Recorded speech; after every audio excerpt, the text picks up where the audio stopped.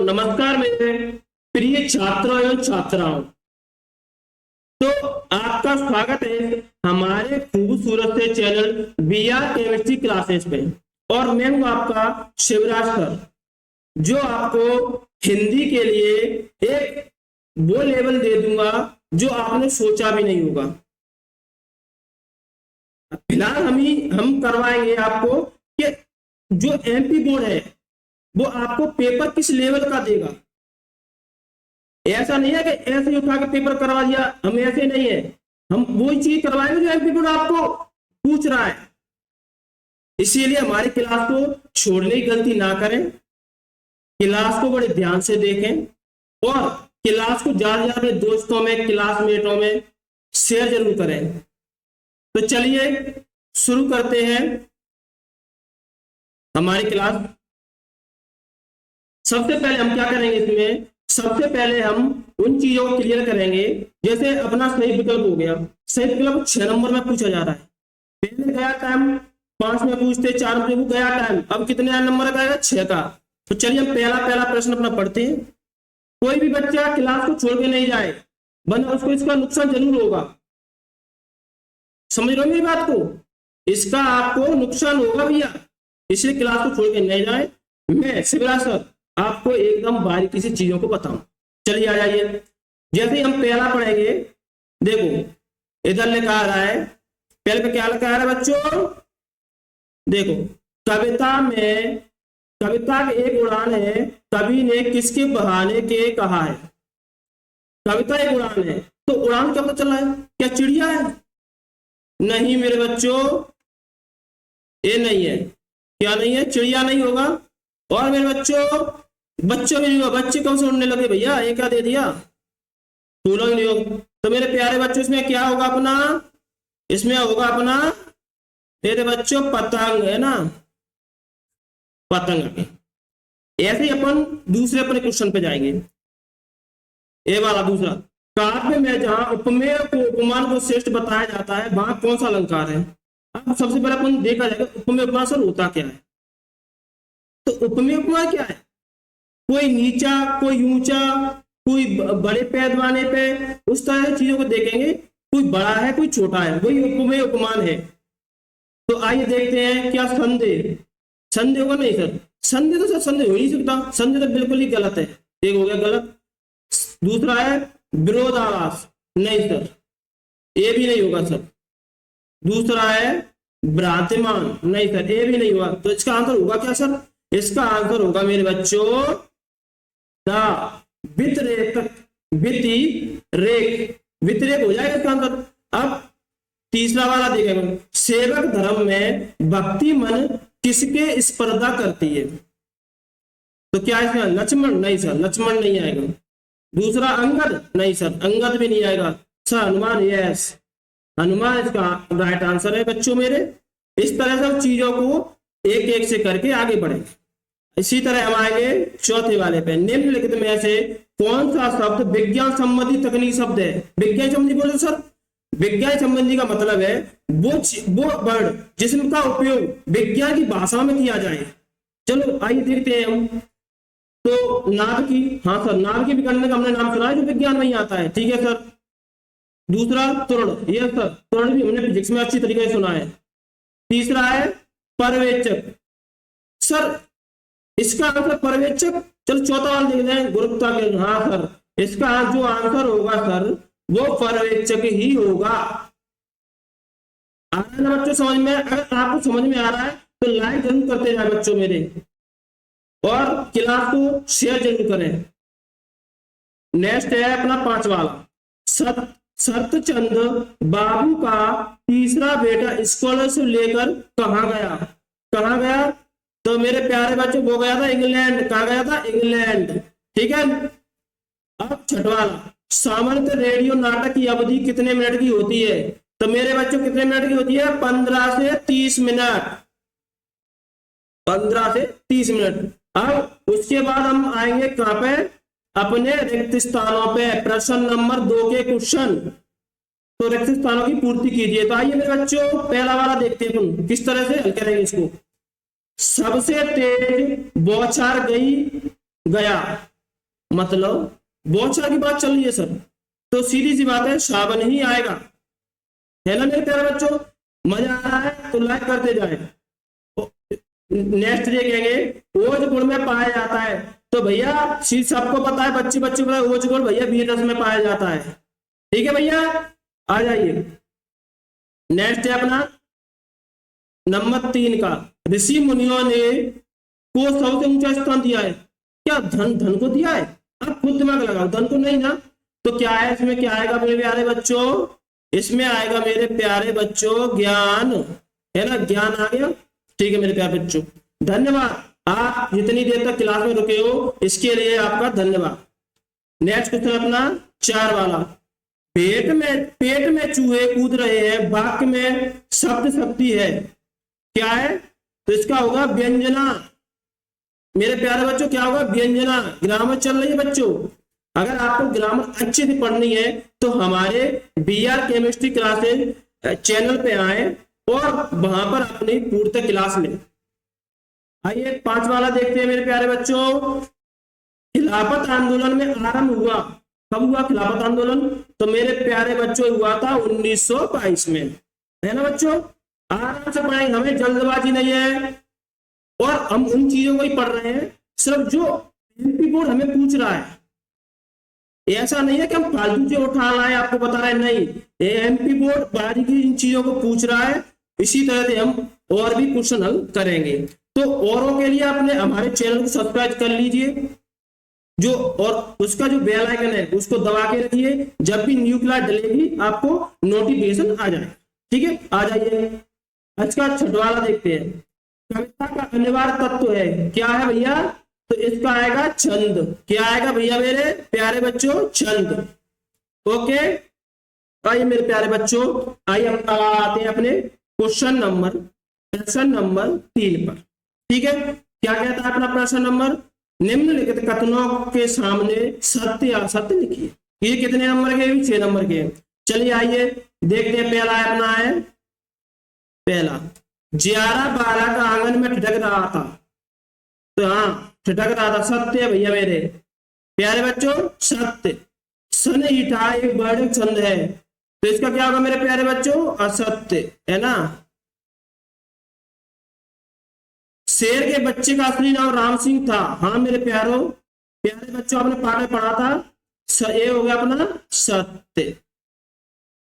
Next देखेंगे 4था वाला, कौन सा वाला? ए वाला।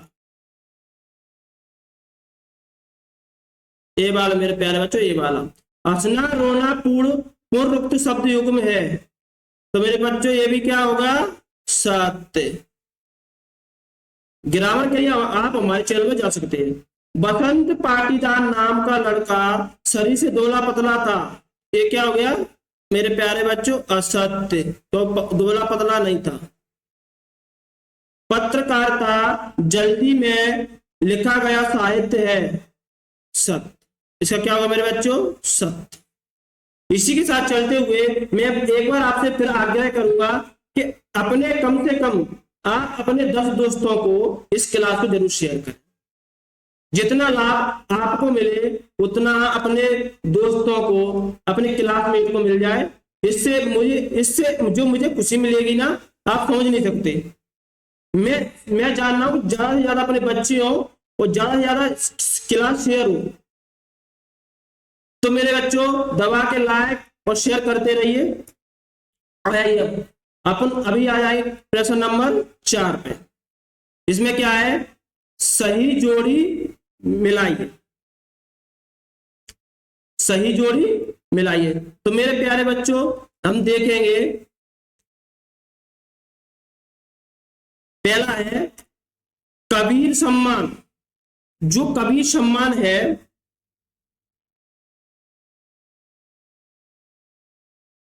इसको कैसे मिलाएंगे? शब्दों का स्थानांतरण नहीं भैया, ये तो कुछ मैच ही नहीं हो रहा। नहीं भैया ये नहीं होगा सर, ये नहीं होगा, मना कर दो सर, नहीं होगा नहीं होगा नहीं होगा, 3 बार मना कर दो। बहुत बढ़िया। तीसरा इच्छावाचक, नहीं सर ये भी नहीं। अनुभाव, नहीं सर ये भी नहीं होगा। तीसरा है भक्ति, नहीं सर। प्रयोगवाद, नहीं sir. Shamsher Bahadur Singh, yes sir, इसका फर्स्ट वाले का, सर फर्स्ट वाले का हमें मिल गया, फर्स्ट वाले का हमें मिल गया। अब दूसरा है नए बिंब नए तरीके, नए बिंब नए प्रतीक, इसका क्या है? नंबर 2 प्रयोगवाद। क्या है मेरे बच्चों? प्रयोग,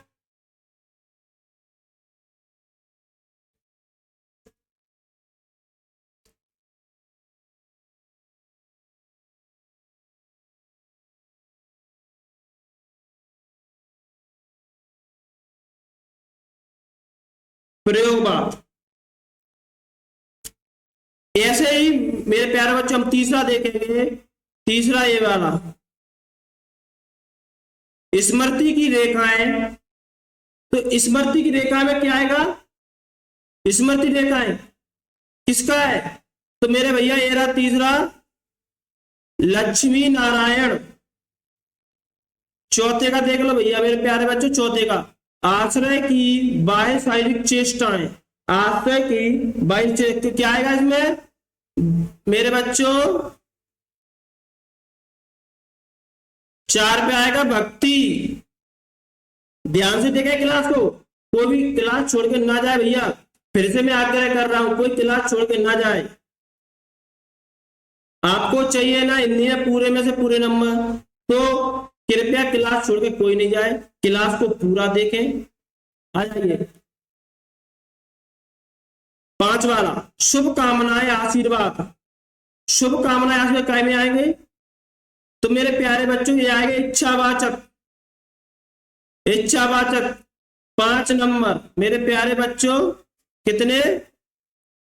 5 नंबर में आ जाएगा। ठीक है, अब छठवाले को देखेंगे, देखो आ जाओ। मुद्रित माध्यमों की विशेषता, मतलब मुद्रित माध्यमों की विशेषता देखे जाएंगे।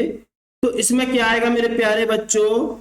शब्दों का स्थानांतरण, शब्दों का स्थान मतलब 6 वालों का। आ जाइए 6 वाले को 6, ये आगे देखो 6 वाले का क्या हो गया? शब्दों का स्थानांतरण। इसी तरह हम आगे बढ़ते चलेंगे और अपने क्वेश्चनों को बारीकी से करते जाएंगे। चलिए, और धन्यवाद सभी का जो आप अभी तक क्लास में बने हुए हैं। निम्नलिखित प्रश्नों को उत्तर एक वाक्य में लिखिए। ठीक है, आ जाइए पहला प्रश्न पढ़ेंगे हम अपना। पहला प्रश्न, रघुवीर सहाय किस तार सप्तक के कवि है? किसके कवि है? तो आ जाइए, रघुवीर सहाय दूसरे तार सप्तक के कवि है। ठीक है भैया, इसका आंसर क्या हो गया? रघुवीर सहाय दूसरे तार सप्तक के कवि है। ठीक है, आ जाइए अब दूसरे पे, दूसरा वाला पढ़ेंगे। पंडित राज जगन्नाथ के अनुसार काव्य की परिभाषा लिखिए। काव्य की परिभाषा आ जाइए। पंडित जगन्नाथ के अनुसार रसात्मक वाक्य ही काव्य है। रसात्मक समझ गए ना सभी लोग? रसात्मक वाक्य समझ गए ना? धन्यवाद, समझ गए तो चलिए आ जाइए। नंबर 3, मूक नायक पत्रिका के संपादक कौन थे? मूक नायक संपादक कौन थे? इसका क्या होगा मेरे भाइयों? तो इधर पढ़ेंगे। मूक नायक पत्रिका के संपादक डॉक्टर भीमराव अंबेडकर थे। डॉक्टर भीमराव अंबेडकर जी कौन थे? इन्होंने भारत का संविधान लिखा, जो भारत रत्न है। ठीक है, आ जाइए अपन चौथे वाला प्रश्न देखेंगे अभी। हिंदी गद्य का जनक किसे माना गया है? हिंदी गद्य का जनक किसे माना गया है? आया देखते हैं। हिंदी गद्य का जनक भारतेंदु हरिश्चंद्र को माना गया है। किसको माना गया है मेरे दोस्तों? भारतेंदु हरिश्चंद्र को माना गया है। आइए अब नेक्स्ट देखते हैं। जूझ उपन्यास के हिंदी अनुवाद का नाम लिखिए।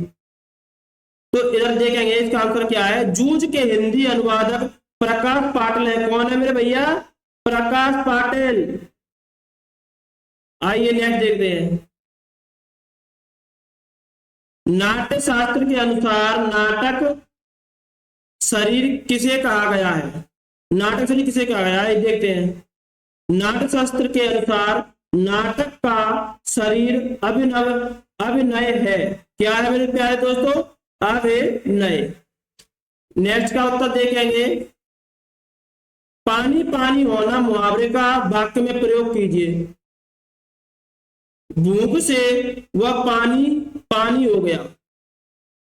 कैसे हो गया, अपन को भूख लगती है तो एकदम क्या मन हो जाता है, पानी पानी हो जाते हैं। इसका अर्थ क्या है, पानी पानी हो गया, भूख से वो पानी पानी हो गया। आइए सबसे पहले अपन प्रश्न नंबर 6 पे आएंगे। प्रश्न नंबर 6 क्या कहता है, रीतिकाल की काव्यगत विशेषता लिखिए। क्या मेरे प्यारे बच्चों, रीतिकाल की काव्यगत विशेषता। आइए तो इधर हम देखेंगे, रीतिकाल की काव्यगत, काव्य में श्रृंगार रस की प्रधानता, नायिका भेद, अलंकारों की अधिक शास्त्रीयता, नियमबद्धता तथा सौंदर्य वर्णन प्रमुख विशेष है। तो मेरे प्यारे बच्चों, ये जो क्वेश्चन है कितने नंबर का है, 2 नंबर में आएगा अपना। अभी तक जो अपने किए वो 1 नंबर के थे, इसके आगे अपन जो कर रहे हैं वो 2 नंबर के आएंगे। इसी तरह हम देखेंगे इसका अथवा क्या है, अथवा को एक बार नजर डालेंगे ना, अथवा देखेंगे इसका। नई कविता के काव्य विशेषता लिखिए। नई कविता में यथार्थ बोध, व्यक्तिगत अनुभूति, प्रतीक बिंबों का प्रयोग, मुक्त छंद तथा आधुनिक जीवन की समस्याओं को सशक्त अभिव्यक्त होती है। ये हो गया अपना अथवा वाला। अब इसके नेक्स्ट पे जाएंगे, प्रश्न नंबर 7। प्रश्न नंबर 7, आइए, दिशा को मृदंग की तरह बजाने से क्या तात्पर्य। आइए देखते हैं इसका आंसर, देखते हैं। इसका तात्पर्य है कि प्रकृति की सभी दिशाओं में नाद, लय और जीवन की चेतना व्याप्त है, जिससे संपूर्ण वातावरण संगीतमय प्रतीत होता है। मतलब पूरे संसार में एक संगीत का, जो संगीत पूरे संसार में ही है, संगीत का प्रतीत है। मतलब कोई किसी ने कोई संगीत के कुछ भी बात कही तो पूरे देश में प्रतीत हुई है, उसी तरह से। चलिए नेक्स्ट पे चलेंगे। तो बच्चों, आ रहा है ना क्लास में आपको मजा आ रहा हो या नहीं आ रहा हो, लेकिन क्लास मेरे बच्चों बहुत ही महत्वपूर्ण है। आइए इसका अपना अथवा भी देखते हैं। इसका क्या है, अथवा। भाषा को संयमित रूप से बरतने क्या अभिप्राय है। आइए आंसर देखते हैं इसका। भाषा को संयमित रूप से बरतने का अर्थ है शिष्ट, मर्यादित और सार्थक शब्दों का प्रयोग जिसे भावस्फुट हो, किसी को ठेस ना पहुंचे। मतलब किसी को जो अपन कोई कार्य करे उससे किसी को कोई परेशानी ना हो, उसको कहते हैं ठेस ना पहुंचे। ठीक है, आइए इसी तरह से प्रश्न नंबर 8 देखेंगे। संग रूपक अलंकार की परिभाषा उदाहरण सहित लिखिए। आइए, जहां उपमेय उपमान, देखो मैंने उधर भी सही प्रकरण बताया था तुम्हें उपमेय उपमान के बारे में, इधर ही बताऊंगा। पूर्ण तथा तदात्म्य प्रकट हो तथा भेद ना रहे, वहां संग रूपक अलंकार होता है। उदाहरण, वह एक शेर है। मतलब बात ही खत्म होगी, वो एक शेर है, कोई नई बात बन सकती है क्या, वह शेर है तो है, सीधी बात, चलो खत्म। आइए इसका अथवा देखते हैं मेरे प्यारे बच्चों। मुक्तक काव्य की परिभाषा उदाहरण सहित लिखिए। आइए, जिस कविता का प्रत्येक पद, ग्रामर चल रही भैया, हिंदी के पेपर में ग्रामर अच्छे लेवल की पूछा जाता है। अब आपको ही तो अच्छे लेवल की ही पढ़ना चाहिए, है ना। तो उस लेवल का ना पढ़े, बोर्ड बहुत ही डीपली जा रहा है, देखो अंदरों से चीजें पूछ रहा है, अंदर घुस के। तो कृपया अपनी तैयारी थोड़ा अच्छे से करें, अच्छे टीचर पे करें। आप हमारी क्लास ले सकते हैं, पहले बता चुका हूं मैं, हमारा चैनल का नाम से है BR केमिस्ट्री क्लासेस के नाम से। ठीक है, आइए कविता पर, जिस कविता का प्रत्येक पद स्वतंत्र अर्थ रखता है, स्वतंत्र, कोई इसमें कोई नया अर्थ ना निकले, क्रम से जुड़ा ना हो, उस मुक्तक काव्य कहते हैं। उदाहरण, रहीम के दोहे। क्या है? रहीम के दोहे। प्रश्न नंबर 9, सॉरी, सवैया छंद किसे कहते हैं? उदाहरण सहित लिखिए। ये भी कितने का नंबर का है? 2 नंबर में आएगा। सवैया मात्र छंद है। हम सर मात्र छंद क्या होता है? भैया जिन छंदों का हमें पता चलता है मात्राओं के द्वारा कि ये कौन सा छंद है, उन्हें हम मात्रक छंद कहते हैं। जिसमें प्राय 22 से 24 मात्राएं होती हैं और वीर एवं श्रृंगार रस अधिक प्रयुक्त होता है। उदाहरण सवैया छंद। सवैया छंद में 22 से 24 मात्राएं देखने को हमें मिलेंगी। अथवा इसका कहते हैं बिंब विधान किसे कहते हैं? उदाहरण सहित लिखिए। काव्य में शब्दों द्वारा इंद्रियों के समक्ष सजीव चित्र उपस्थित करना बिंब विधान कहलाता है। और इसका उदाहरण देखेंगे, नीला आकाश और चमकता चंद्र। ठीक है मेरे पेज आ रहा है बच्चों समझ में? धन्यवाद। चलिए आइए, एक क्लास फिर से बता रहा हूं, इतनी महत्वपूर्ण क्लास चल रही है, अगर आप बीच में इसको छोड़ के जाओगे पेपर के बाद पछताओगे। फिर आप सर्च करोगे शिवराज सर कहाँ गई। तो कृपया मैं आपकी मनोकामना ये करता हूं कि आपको वो टाइम नहीं है। ठीक है, आइए रेखा चित्र में संस्मरण में अंतर लिखिए। सॉरी मेरे प्यारे बच्चों, थोड़ी तबीयत थोड़ी खराब है, लेकिन फिर भी क्या करें, आपके लिए क्लास लाना हमारा इतना कर्तव्य है कि बच्चों को कभी ऐसा ना हो पेपर जाके धोखा मिले, सर कोई क्लास हमें ऐसी नहीं मिल पाई कि हमें पता चले कि क्या लेवल पूछ रहा है एमपी बोर्ड। इसीलिए तभी तो कोई दिक्कत नहीं है, देख लेंगे। आइए क्वेश्चन नंबर अपना कितना है? 10। रेखा चित्र एवं संस्मरण में अंतर लिखिए। रेखा चित्र में किसी व्यक्ति के बाह्य एवं आंतरिक गुणों का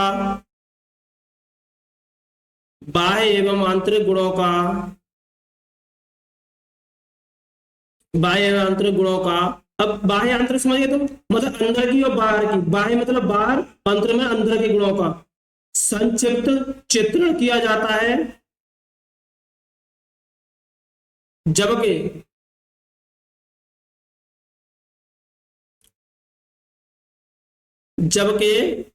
संस्मरण में स्मृतियों के आधार पर जीवन अनुभव का विस्तृत वर्णन होता है। ठीक है, अब इसका भी अथवा देखेंगे हम। अथवा भैया बहुत जरूरी है। आइए नाटक और एकांकी में अंतर लिखिए। नाटक में कई अंक व दृश्य होते हैं। इधर जो अंग, मेरे प्यारे बच्चों, जो अंग लिखा है, अंक जो होगा अपना अंग है ना, अंग और दृश्य होते हैं। जब एकांकी में एक ही अंक होता है। नाटक विस्तृत, एकांकी संक्षिप्त। ओके मेरे प्यारे बच्चों, नाटक में कई हो सकते हैं, मतलब आपने नाटक देखा होगा, टीवी में देखा होगा नाटक, उसमें जो होते हैं कितने लोगों का होता है, काफी सारे लोग हैं, लेकिन एकांकी वगैरह में एक ही किसी व्यक्ति पर आधारित चीजें होंगी। आइए नेक्स्ट प्रश्न 11। भक्ति तन की कहानी अधूरी है, लेखिका महादेवी वर्मा ने ऐसा क्यों कहा है? ये भी कितने नंबर में चल रहा है मेरे प्यारे बच्चों? 2 नंबर में। भक्ति तन का जीवन संघर्ष अभाव और त्याग से भरा रहा, उसकी इच्छाओं और सपने पूरे न हो सके, इसीलिए लेखक ने उसकी कहानी को अधूरा कहा। आइए, अथवा लेखक ने शरीर को कालजयी आवरण क्यों कहा है? क्यों कहा है मेरे प्यारे बच्चों? लेखक के अनुसार शरीर नश्वर आत्मा को ढकने वाला अस्थायी आवरण है। अस्थायी? हाँ सर, अपनी आत्मा कभी नहीं मरती, लेकिन शरीर मरता है। इस बात को जानते हो आप सभी? हाँ, नॉर्मल इस बात को सभी जानते हो। जो समय साथ नष्ट हो जाता है, समय के साथ क्या हो जाता है मेरे प्यारे बच्चों? नष्ट हो जाता है। लेकिन जबकि आत्मा कालजयी होती है। सॉरी प्यारे बच्चों, आत्मा कालजयी होता है मतलब क्या होती है? अमर होती है। नेक्स्ट देखें प्रश्न नंबर 12। मुहावरे एवं लोकोक्ति में अंतर लिखिए। ठीक है, लिख लेंगे। मुहावरे वाक्य का अंग होता है और उसका स्वतंत्र अर्थ नहीं होता, जबकि लोकोक्ति पूर्ण वाक्य होती है, वह स्वतंत्र अर्थ प्रकट करती है। इसका भी अर्थवाद देखेंगे हम प्यारे बच्चों। बहुत महत्वपूर्ण चीजें चल रही बच्चों, ऐसा मत सोचना। राष्ट्रभाषा एवं राजभाषा में अंतर लिखिए। राष्ट्रभाषा देश की जन भावना और संस्कृति पहचान को व्यक्त करती है, जबकि राजभाषा शासकीय कार्यों में प्रयुक्त आधिकारिक भाषा होती है। आधिकारिक कैसे? जो भी कोई सरकारी कार्य हुआ उसमें यूज हो रही है, प्रयुक्त हो रही है, तो वो शासकीय भाषा, आधिकारिक शासकीय भाषा। ठीक है, चलिए नेक्स्ट पे चलते हैं मेरे प्यारे बच्चों। आइए मेरे प्यारे बच्चों, कितना है अपना प्रश्न नंबर 13। रचना के आधार पर वाक्य कितने प्रकार के होते हैं? नाम एवं उदाहरण लिखिए। कितने नंबर का है मेरे प्यारे बच्चों? 2 का। चना के आधार पर वाक्य के प्रकार, मतलब प्यारे बच्चों मिस्टेक हो गई है शायद।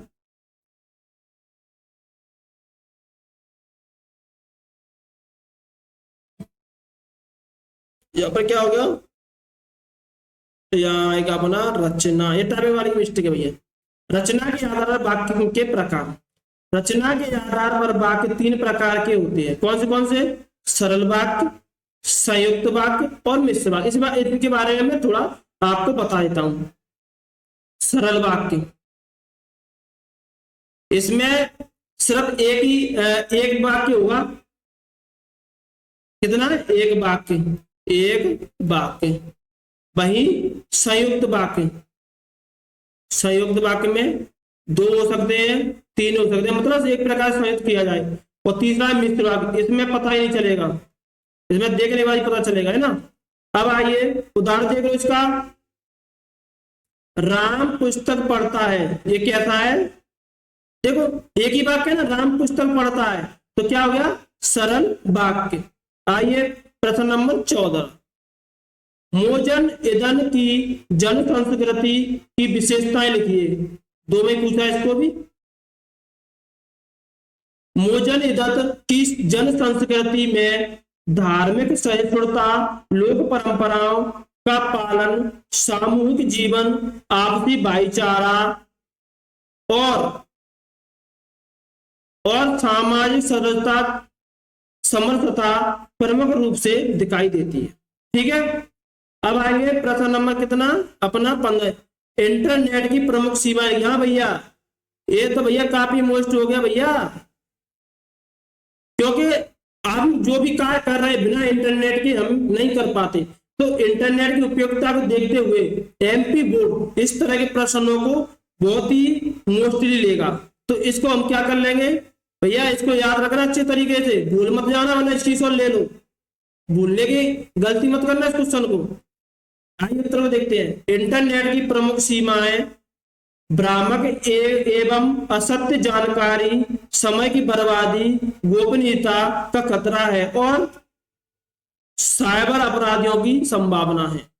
वो बता रहा है इंटरनेट हमारे लिए लाभकारी है, लेकिन लाभकारी कब है? जब हमें उसको यूज करना आता हो, लेकिन यूज नहीं कर पा रहे तो हमारे लिए कहीं ना कहीं वो नुकसान की चीजें हैं। आपने देखा होगा साइबर अटैक हो गया, हमारे अकाउंट में पैसे चले गए, ये किस में आएगी? Cyber attack. ठीक है, तो मेरे प्यारे बच्चों चलते हैं नेक्स्ट प्रश्न नंबर अपना कितना है मेरे प्यारे बच्चों? प्रश्न नंबर 16। सूर्यकांत त्रिपाठी निराला की काव्यगत विशेषता निम्नलिखित बिंदुओं के आधार पर लिखिए। तो आइए कैसे करेंगे? पहले लिखेंगे इसकी प्रमुख रचनाएं, दूसरा भावपक्ष, तीसरा साहित्य में स्थान। ठीक है, सूर्यकांत त्रिपाठी निराला भैया बहुत महत्वपूर्ण, मोस्टली कर लो, मैं तो ये बोलता हूं। प्रमुख रचनाएं राम की कविता, सरोज श्रीमती, तेरा करना, झूमती हुई पूंछ, पथिका। बापच मानवीय संवेदनाएं प्राकृतिक सौंदर्य के आदर, समाज सुधार की चेतना, स्वतंत्रता और उदात्तता की अभिव्यक्ति, दुख पीड़ा, जीवन संघर्ष का गहन अनुभूति। ठीक है, अब साहित्य में स्थान देख लो भैया। आधुनिक हिंदी कविता के प्रमुख स्तंभ, मतलब आधुनिक कविता के स्तंभ माने जाते हैं छायावाद के परे स्वतंत्र और व्यवहारिक भावना को प्रस्तुत किया। नेक्स्ट क्या है, हिंदी काव्य में नवीन शैली और भाषा प्रयोग के लिए महत्वपूर्ण योगदान। तो एक इसके क्या हो गए, ये 1 2 3 3 पॉइंट हो गए इसके, है ना। ये और एक बहुत ही मोस्टली लेके आऊंगा आपके लिए, ये बहुत ही महत्वपूर्ण है आपकी परीक्षा 2026 के लिए। ठीक है, चलिए नेक्स्ट पे चलते हैं। प्रश्न नंबर कितना है अपना भैया, प्रश्न नंबर 17। फणीश्वरनाथ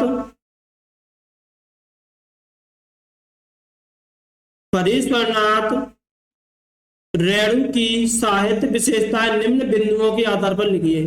कितने नंबर में भैया, 3 नंबर में आते हैं। आइए देखते हैं। प्रमुख रचनाएं, दूसरा भाषा शैली, तीसरा साहित्य में स्थान। प्रमुख रचना कौन कौन सी है, मेलाचल, परती परिकथा, जुलूस और ठुमरी। कितने हो गए, 4 हो गई। भावपक्ष, ग्रामीण जीवन की यथापूर्ण प्रस्तुति, लोक संस्कृति, लोकसभा, लोकगीत और जनसाधारण की पीड़ा का सजीव चित्रण। सामाजिक, आर्थिक और मानवीय संवेदनाओं की अभिव्यक्ति। तीसरा क्या भैया, साहित्य में स्थान। हिंदी आंचलिक उपन्यास परंपरा के प्रमुख लेखक। ठीक है भैया, हो गया। ग्रामीण यथार्थ के साहित्य के प्रस्तुता दिलाने वाले रचनाकार। ओके भैया, ये भी सही है, हो गया। आधुनिक हिंदी कथा साहित्य के विशेष स्थान, ये भी भैया मोस्टली मानो। और अगर आपको इस हमें आपको पीडीएफ चाहिए इसकी, तो पीडीएफ चाहिए तो हमें इस नंबर पे 97, एक मिनट बच्चों, 9752734510। ये हमारा क्या है, व्हाट्सएप नंबर है। इस पे आप हमें मैसेज करके लिख दीजिए पीडीएफ शिवराज सर। ठीक है प्यारे बच्चों, चलिए अब चलते आगे। आइए, कितना है, प्रश्न नंबर 18। युवा चरित्र विषय के सारगर्भित अनुच्छेद लिखिए। कितने नंबर में, 3 में। युवा चरित्र। युवा किसी भी राष्ट्र की सबसे बड़ी शक्ति होते हैं। उन्हें ऊर्जा, साहस, नवचेतना, अद्भुत संगम होता है। एक सशक्त युवा चित्र अनुशासन, परिश्रम, ईमानदार, आत्मविश्वास पर आधारित होता है। युवाओं में आदर्शों के प्रति निष्ठा, समाज के प्रति उत्तरदायित्व, राष्ट्र निर्माण की भावना होनी चाहिए। युवा सकारात्मक सोच और नैतिक मूल्यों के साथ आगे बढ़ते हैं, देश के भविष्य को उज्जवल बनाते हैं। तो मेरे प्यारे, इसमें क्या करना है अपन को, यह है अपठित गद्यांश। हमें इसमें से छांट के लिखने हैं। कैसे, देखो, निम्नलिखित अपने गद्यांश पढ़कर प्रश्नों के उत्तर दीजिए। ठीक है, दिए गए काव्य का संदर्भ, प्रसंग, काव्य सौंदर्य, साहित्य भावार्थ लिखिए। दिए गए गद्यांश के संदर्भ, प्रसंग, साहित्य व्याख्या कीजिए। ठीक है जी, ये क्या हो गया मेरे प्यारे बच्चे, ये अपठित गद्यांश आ जाएगा। दूसरे में क्या है, क्या संदर्भ प्रसंग आ जाएगा।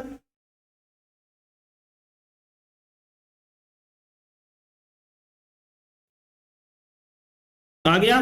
तीसरे में क्या आ जाएगा, गद्य, संदर्भ, प्रसंग की। और ये मेरे प्यारे बच्चों कितने में आएंगे, 4 नंबर में आएंगे। ठीक है, इसी को देखते हुए चलते हैं आगे। प्रश्न नंबर कितना है मेरे प्यारे बच्चों, 22। थकना नहीं है बच्चों,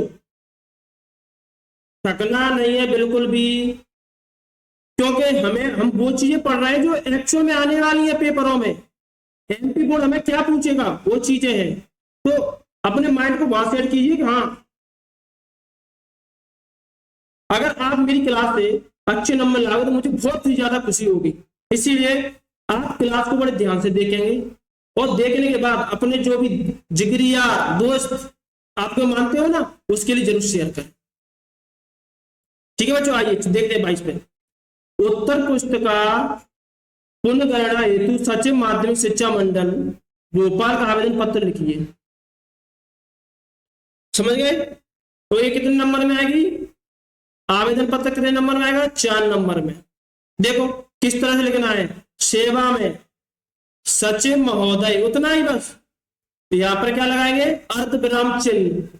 सर अर्ध विराम चिन्ह क्या होता है पता नहीं भैया, जिसको तुम कॉमा बोलते हो उसी को अर्ध विराम बोलते हैं। ठीक है।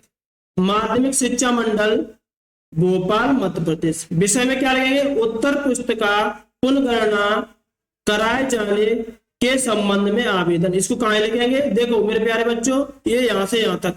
ठीक है। महोदय, देखो फिर से आएगा अर्धविराम चिन्ह। सविनय निवेदन है कि मैं आपकी बोर्ड वर्ष, इसमें लिख दो अपन बोर्ड वर्ष कितने 2026 में पढ़े देंगे ना पेपर, 2026 की उच्च माध्यमिक परीक्षा हूं। मुझे विषय, कौन से विषय? इसमें आप हिंदी लिख दो, हिंदी में प्राप्त अंकों के संबंध में पूर्ण संतुष्ट नहीं है। मुझे आशंका है कि मेरी पुस्तिका में अंकों की गणना त्रुटि रह गई है। मतलब अगर हमें लगता है कि नहीं सर हम अच्छा करके आए तो आप रीचेकिंग कॉपी भी करा दो, उसी के लिए आवेदन पत्र है। विनम्र अनुरोध है कि मेरी उत्तर पुस्तिका पुनः गणना कराने की कृपा करें।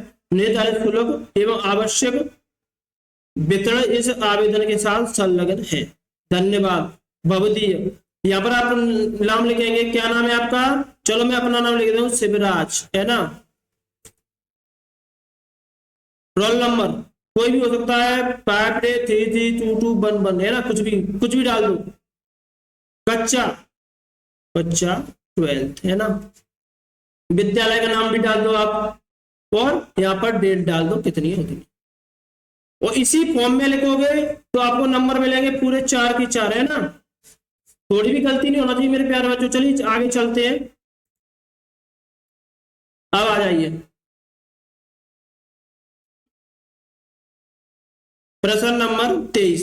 निम्नलिखित में से किस विषय पर रूपरेखा सहित संबंध निबंध लिखिए। मुझे निबंध आ गया, ये क्या लिखोगे? देखो इंटरनेट में पहले ही बताया था आपको, इंटरनेट का चाहे कहीं भी देख लो एमपी पर पूछेगा ही, चाहे वो निबंध हो गया, इंटरनेट का क्वेश्चन होगा वो भी, ये मोस्ट चीजें हैं। दूसरा है समाचार पत्रों की उपयोगिता, स्वच्छ अभियान, बिन पानी सब शून्य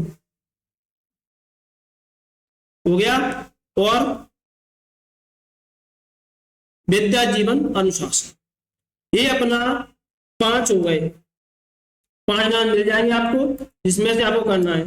तो मेरे प्यारे बच्चों, आप हमें कमेंट करिए कि आपको इस क्लास से कुछ सीखने को मिला, आपको लगा हाँ सर वाकई में आपने बहुत अच्छा बताया, तो इस सेशन को आप लाइक करें, सब्सक्राइब करें, और हमारे इस खूबसूरत प्यारे से चैनल से BR केमिस्ट्री क्लास से जुड़े रहिए।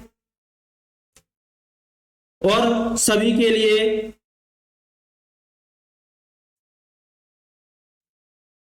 थैंक्स, अब तक के लास्ट तक रुकने के लिए। अपने जीवन में मस्त रहिए, स्वस्थ रहिए,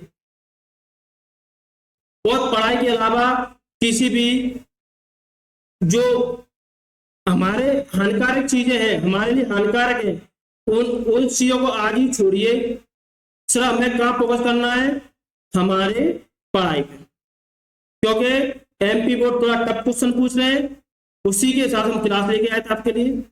तो मैं सभी बच्चों से आग्रह करना चाहूंगा, आप अच्छे से पढ़िए और मन लगा के पढ़िए, और हमारे BR केमिस्ट्री क्लासेस चैनल को सब्सक्राइब करिए, लाइक करिए और शेयर कीजिए अपने दोस्तों में, अपने क्लासमेटों में, धन्यवाद आप सभी का। आप हमारी क्लास आज की यही समाप्त होती है। मैं शिवराज सर आपको फिर मिलूंगा। ठीक है बच्चों, बाय।